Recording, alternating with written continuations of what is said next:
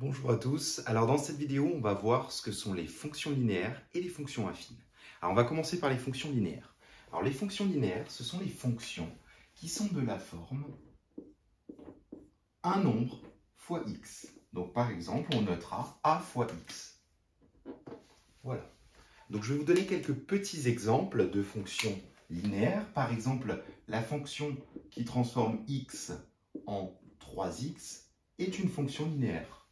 Voilà, 3 fois x, un nombre fois x.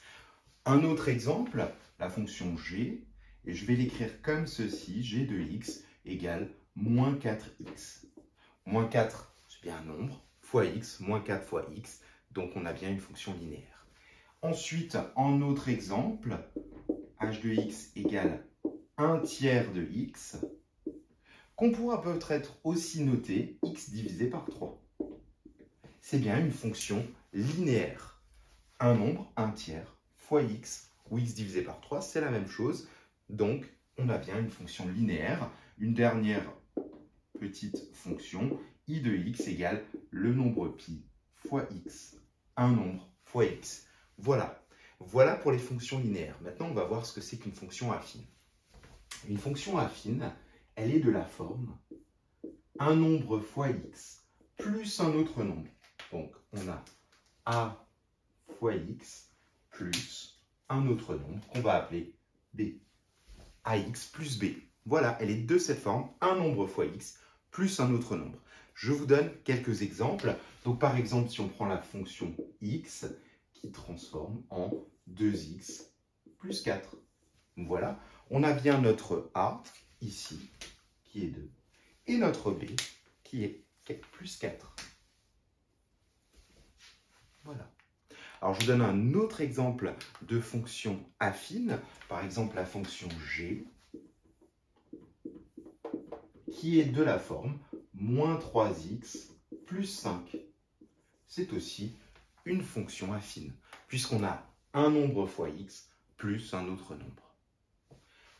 Encore une autre fonction, h de x égale 7x moins 4.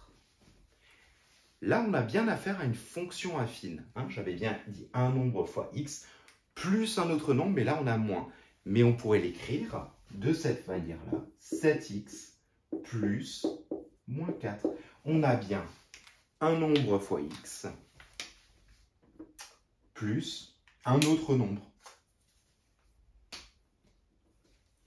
Donc, en fait, nos fonctions affines, on peut les reconnaître comme un nombre fois x plus un autre nombre, mais on ne peut avoir plus ou moins un, forcément, plus ou moins un autre nombre. Voilà, je vous donne encore une version un peu plus compliquée de la chose. I de x égale 2 tiers de x moins pi. Voilà, on a bien affaire à une fonction affine. Pourquoi? Un nombre fois x plus ou moins un autre nombre. Voilà.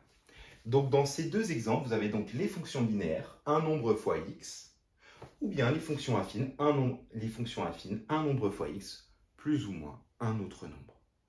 Voilà, vous avez toutes les clés pour bien commencer ce chapitre, et je vous dis à bientôt dans d'autres vidéos.